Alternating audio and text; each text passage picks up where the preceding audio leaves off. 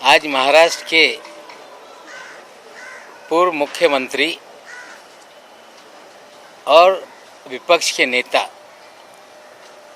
देवेंद्र फडणवीस जी ने घोषणा की थी कि दिवाली के बाद पटाखे फोड़ेंगे।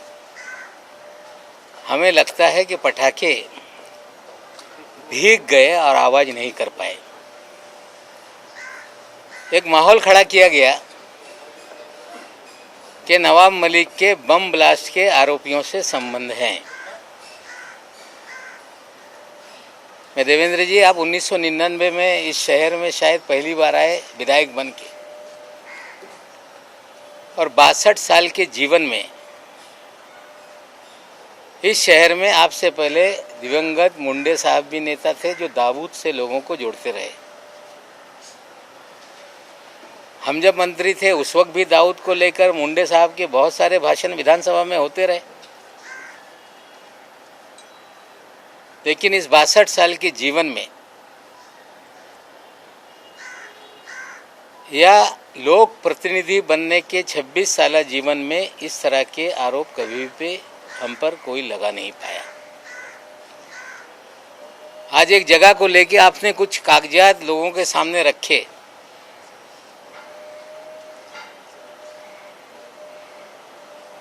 कि 1.5 लाख फुट जमीन ये कौड़ी मोल माफिया के जरिए हमने खरीदी। हमें लगता है आपके जो मुखबिर हैं,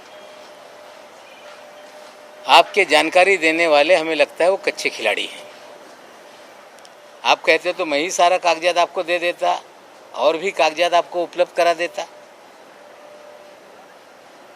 लेकिन आपने अंडरवर्ल्ड का खेल शुरू किया है।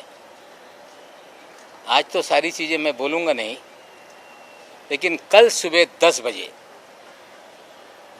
देवेंद्र जी का अंडरवर्ल्ड का क्या खेल है इस महाराष्ट्र में,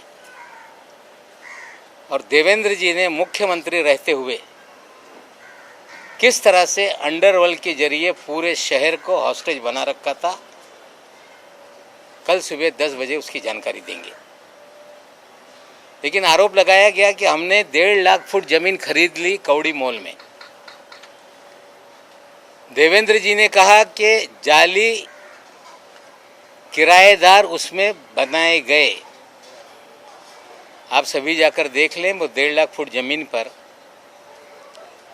एक मदीनतुल आमान नाम की कोऑपरेटिव हाउसिंग सोसाइटी है, जो 1984 में वहाँ इमारत बनी, गोवाला कंपाउंड के नाम से जानी जाती है,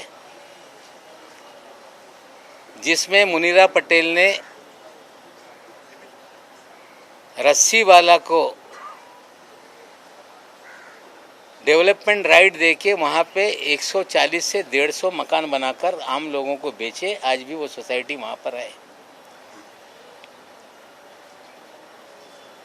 उसके पीछे जो जमीन है उस पे बड़े पैमाने पे झुग्गी झोपड़ी है,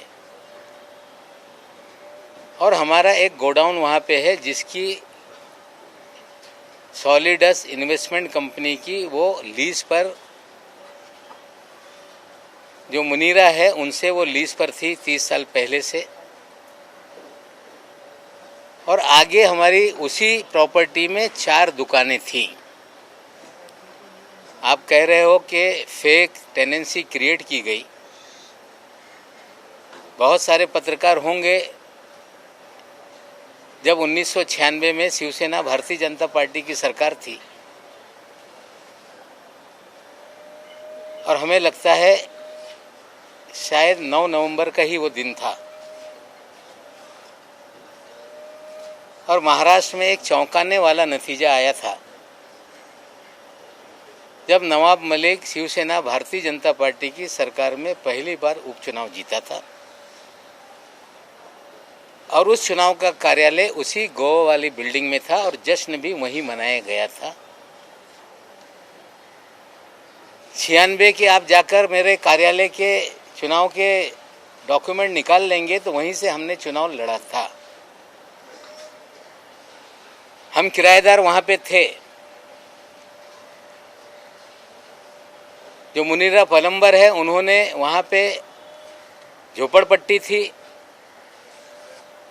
मदीनतुल आमान नाम की सोसाइटी थी, और उन्होंने हमसे संपर्क किया कि हम आपके पास जो गोडाउन है उसकी ओनरशिप हम या पूरी ओनरशिप देना चाहते हैं। हमने उनसे ओनरशिप ली। उनका जो पावर ऑफ अटॉर्नी था सलीम पटेल, उससे हमने रजिस्ट्री की। वो सारे कागजात उपलब्ध हैं। किराएदार के नाते उस समय जो स्टैम्प ड्यूटी थी, जो कीमत थी, हमने अदा की। वो सरकारी दस्तावेज में उपलब्ध है।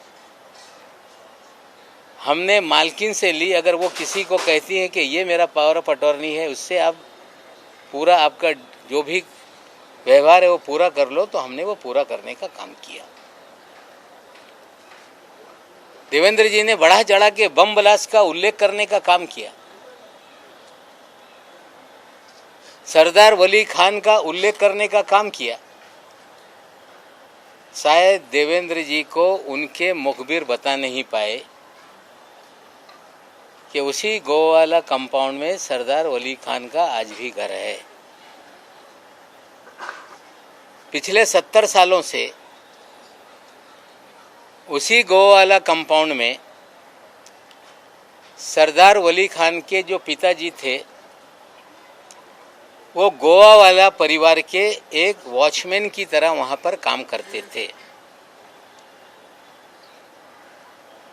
और जब हमने संपत्ति गोवा वाला परिवार से ली, तो 300 मीटर पे सरदार वली खान ने अपना नाम चढ़ा लिया था। जब प्रॉपर्टी को हम रजिस्टर करने गए, ये बातें सामने आई और हमने 300 मीटर का पैसा देकर उन्होंने जो अपना राइट क्रिएट किया था वो उनसे सरेंडर करने का काम किया। आज भी वो हमारे घर के पीछे ही 2 प्रॉपर्टी पीछे वो सारी जगह है, जो गोडाउन है वो भी हमारा वहाँ पर है। जो आगे इमारत है उसमें भी जो 4 दुकानें उस समय हमारी थी वो भी है, आज वहाँ पे किराए पे लगाई हुई है। जब प्रॉपर्टी ली तो आगे जो गोवा वाला बिल्डिंग है जिसमें 4 दुकानें, 8 दुकानें नीचे, 8 घर ऊपर, ये सारी संपत्ति उस समय हमारी हुई। उसमें से बाद में एक बियर बार था। मुसलमान होने के नाते समाज का दबाव होने लगा कि आपके संपत्ति में बियर बार है। वो बियर बार को भी ज़्यादा पैसा देके हमने सरेंडर करवाने का काम किया। और किसी भी तरह से कोई अंडरवर्ल्ड के दबाव में या किसी बम ब्लास्ट के आरोपी से ये प्रॉपर्टी हमने खरीदी नहीं। ये पूरी तरह से हम किराएदार थे। जो जगह की मालकिन थी वो चाह रही थी कि आप ये मालकी हक ले लो, और हमने उनसे लिया। जो खान फैमिली थी, पठान फैमिली, जो वहाँ के वॉचमैन थे, उन्होंने अपना 7/12 पे नाम चढ़वा लिया था। उसे सरेंडर करने के लिए उन्हें पैसा देने का काम किया।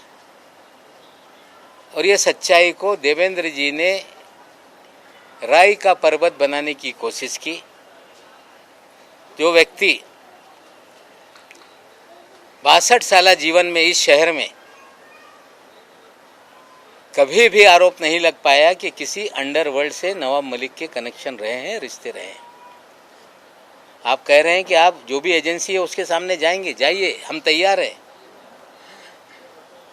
हमें लगता है कि झूठ का आडंबर खड़ा कर देने से किसी की प्रतिमा मलिन हो जाएगी। तो हमें लगता है देवेंद्र जी आपकी गलत फहमी है।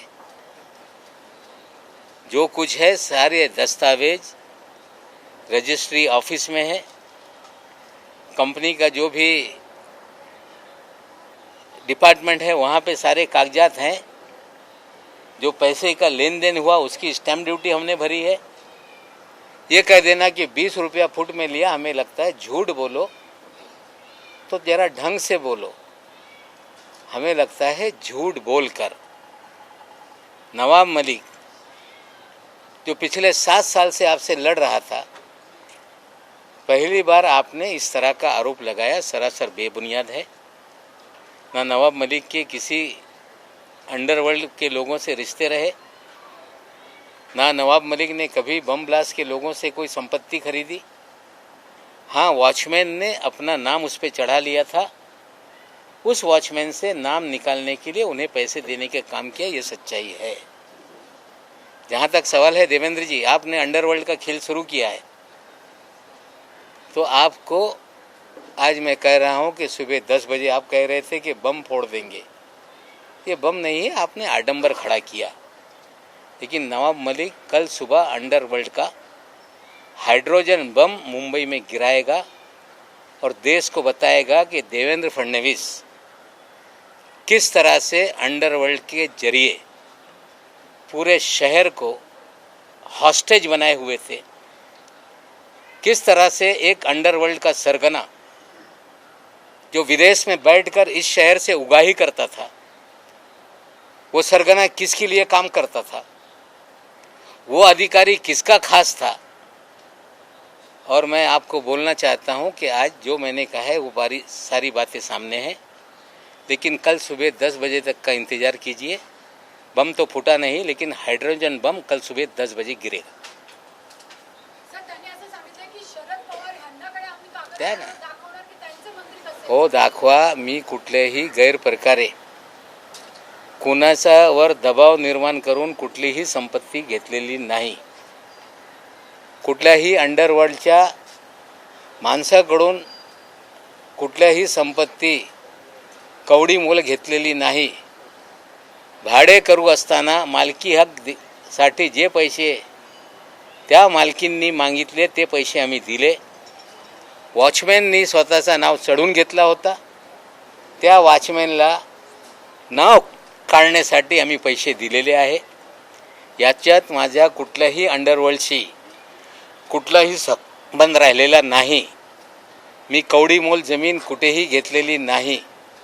या उलट या मुंबई शहरामध्ये देवेंद्रजीचे जवळची लोक प्लॉट हडप करण्याचे धंदे कुठल्या अधिकाऱ्याच्या माध्यमातून करत होते आणि कुठला आंतरराष्ट्रीय डॉन जो विदेशातून भारतात आला होता तो कुणासाठी काम करत होता, याची माहिती उद्या सकाळी 10 वाजता देऊ।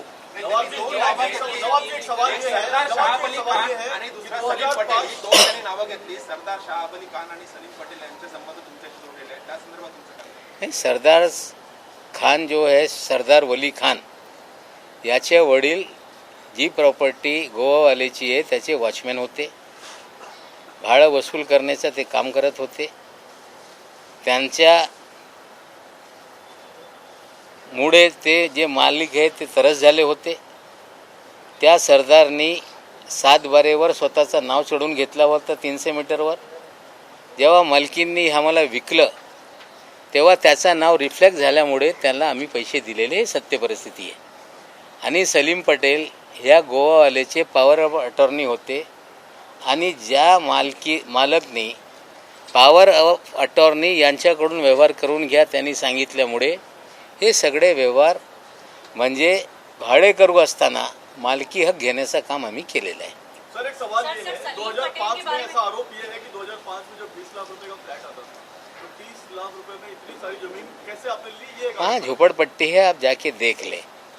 वहाँ पे 140 फ्लैट बने हुए हैं, आप जाके देख लें। वो मदीनतुल अमान जो सोसाइटी है वो डीम कन्वेंस का मुकदमा डीडीआर के कार्यालय में चला। उन्हें हम कार आउट करके हमारी जो गोडाउन है उसका रास्ता छोड़ के उन्हें हम मालकी हक पे देने के लिए तैयार थे।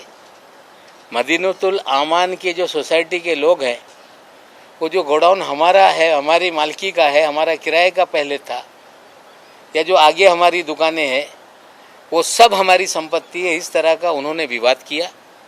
उसका भी ऑर्डर डीडीआर के कार्यालय से 2019 में ही हो गया है। ये ज़मीन 3 लाख फुट नहीं, इस ज़मीन पे ऑलरेडी 140 मकान बने हुए हैं। इस ज़मीन के अधिकांश हिस्से पे झुग्गी झोपड़ी में लोग रहते हैं, उसमें जो गोडाउन का पोर्शन है या आगे की एक छोटी सी 8 दुकान 8 मकान की इमारत है, उतनी ही अभी चीज़ें हैं। उसमें भी 6 दुकानें हमारे पास हैं, जो पहले से 4 दुकानें थी। बाद में एक शराब खाना हमने खाली करा के लिया। उसके बाद 2 किराएदार जो पहले मजले में रहते थे, उन्होंने भी टेनेंसी सरेंडर की, वो भी हम लोगों ने ली है। और पूरे ट्रांसपेरेंट तरीके से जो भी चीज़ें हमने की। लेकिन देवेंद्र जी, कोई भी नेता आप सीधे बम ब्लास्ट, दाऊद, इस तरह से नाम जोड़ के आप मेरी प्रतिमा मलिन करने का काम कर रहे हैं। आपने कल भी पहले प्रेस कॉन्फ्रेंस में आपने कहा था कि नवाब मलिक के दामाद के घर से गांजा बरामद हुआ। मेरी बिटिया आपको कल नोटिस भेज रही है। आरोप लगा के आप माफ़ी नहीं मांगते। उम्मीद करते हैं इस लड़ाई में आप माफ़ी नहीं मांगेंगे, लड़ाई जारी रखेंगे। नाही NIA कडे द्या किंवा CBI कडे द्या, जे काही चौकशी आहे, कुठल्याही चौकशीला मी तयार आहे। जे आज मी बोलतो ते सगळं जे घटनाक्रम आहे ते तसंच झालेलं आहे। NIA करतील, CBI करतील। त्यांना वाटत असेल की नवाब मलिक हे घाबरणार, पण नवाब मलिक घाबरणार नाही।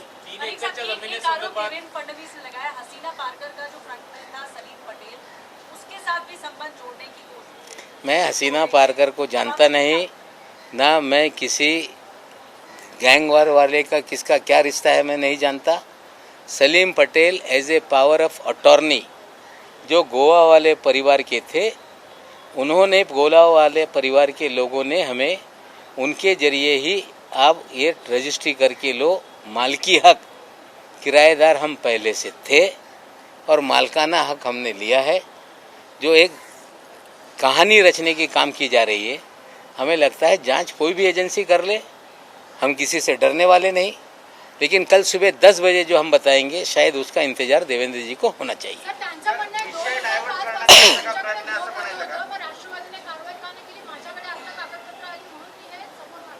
नाही, असं आहे, काही त्याच्यात चूक केली नाही।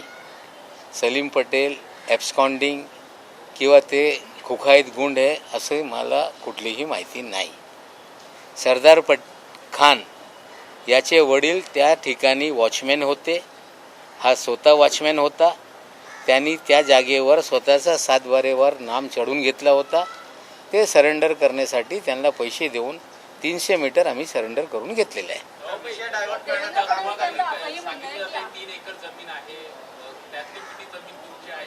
हे बघा, असं 3 एकर असं बोलून चालत नाही। त्याच्यावर मदिनातुल आमान नावाची एक सोसायटी आहे, त्या 84 मध्ये 140 पेक्षा जास्त फ्लॅट तिथे आहे। ती सोसायटी आज तिकडे कार्यरत आहे। त्या सोसायटीचा आमचा डीम कन्व्हेन्ससाठी वाद झाला। 99 साली त्याच्यावर आम्ही त्यांना डीम कन्व्हेन्स करून तो सगळा भाग द्यायला तयार होतो। त्यांचं म्हणणं होतं की गोडाऊन पण आम्हाला पाहिजे, सगळं संपत्ती आमची आहे। ते वाद घालल्यामुळे ते त्यांच्या विरोधात निकाल गेला। ते हायकोर्ट जाऊ शकत आहे। पण जी सोसायटी आहे त्यांना मालकी हक्काने, जे त्यांना विकासकांनी हे सोसायटी बनवून दिलेली याआधी या गोवावाला कुटुंबियांनी डेव्हलपमेंट राईट त्यांना दिलं होतं। ते संपूर्ण जागा त्यांना आम्ही डीम कन्व्हेन्स देण्याची आमची तयारी पहिलेपासून होती आणि आज पण आहे। सलीम पटेल आणि सरदार मलिक खान यांचा बॉम्बस्फोटाशी संबंध याची आपल्याला कल्पना होती का? असं आहे की सरदार पटेल हे बॉम्बस्फोटचा आरोपी आहे, जगाला माहीत आहे। पण तो तिकडे राहत होता, त्याचा बाप तिकडे वॉचमॅन होता। जर त्यांनी 7 बारेवर स्वतःचं नाव चढून घेतलं आहे, मग आमचा टायटल दुरुस्त करण्यासाठी त्यांनी पैसे मागितले। जी किंमत ठरवली ती जागा आमच्या पोझिशनमध्ये होती। त्यांच्या मालकीवर त्यांनी नाव चढून घेतला होता वॉचमॅन असताना। ते आम्ही त्याला पैसे देऊन ती मालकी आम्ही घेतलेली आहे। असा कुठलाही कायदा नाही। जर तसा कायदा असेल तर त्यांनी कारवाई करावी। फडणवीसांनी म्हटलेलं आहे की आज जी प्रॉपर्टी त्यांनी नाव घेतलेलं आहे त्याच्या संदर्भात अंडरवर्ल्डशी कनेक्शन आहे, पण तुमच्या इतर काही प्रॉपर्टी आहेत ज्या त्याच्या असं बघा, असं आहे, आणखीन एक विषय ते वारंवार ते बोलत राहत आहे। माझ्या मुलांनी बँड्रा इथे नवेद मोहम्मद अली आणि त्याची बहीण त्याच्याकडून घर घेतला 4.5 कोटी रुपयाचा. त्या काळामध्ये ही बातमी छापून आली की मोहम्मद अली खान याच्याकडून नवाब मलिकच्या मुलांनी घर खरेदी केलेलं आहे. ते घर सगळे कायदेशीर कारवाई करून ते घर आम्ही खरेदी केला, पैसे दिले, स्टॅम्प ड्युटी भरला. आणि ते काही लोक सांगत होते तो आतंकवादी आहे. आता त्याच्या नवेद नावाचा पोरगा जो काँग्रेसच्या युवकांचा अध्यक्ष होता, त्याची बहीण ही एक बँकमध्ये काम करत होती. त्या लोकांनी घर विकलं आणि ते घर आम्ही जेव्हा खरेदी केलेलं आहे तेव्हाच ही बातमी काही लोकांनी छापली होती. आज मी बोलू इच्छितो, मोहम्मद अली खान यांचं निधन झालेलं आहे. मोहम्मद अली यांच्यावर एक मर्डरचा आरोप होता. नंतरच्या काळामध्ये त्या मर्डरमधून त्यांना ॲक्विटल झाला आणि त्याच्याकडून मी काही संपत्ती खरेदी केली नाही. त्यांची मुलगी जे बँकेत काम करत होती, नवेद नावाचा त्यांचा मुलगा, त्यांनी त्या काळामध्ये जवळपास 10-12 वर्षापूर्वी जी किंमत होती ते देऊन खरेदी केली. त्या कुठल्याही त्याच्यावर अटॅचमेंट किंवा कुठल्याही त्याच्यावर असं काही नसताना नुसता अंडरवर्ल्डशी माझा संबंध जोडणं, मला वाटते आता असंच जोडायचं असेल ते इक्बाल दाऊद कासकरचं घर कोकणातला हे सनातननी घेतलेलं आहे. मग सनातनचा दाऊदचा संबंध हे सांगावा काय? आता हे सगळे आरोप होत राहतील. जे काय इन्क्वायरी करायचं आहे त्यांनी करावा, पण नवाब मलिक थांबणार नाही. उद्या सकाळी हायड्रोजन बॉम्ब. थँक्यू.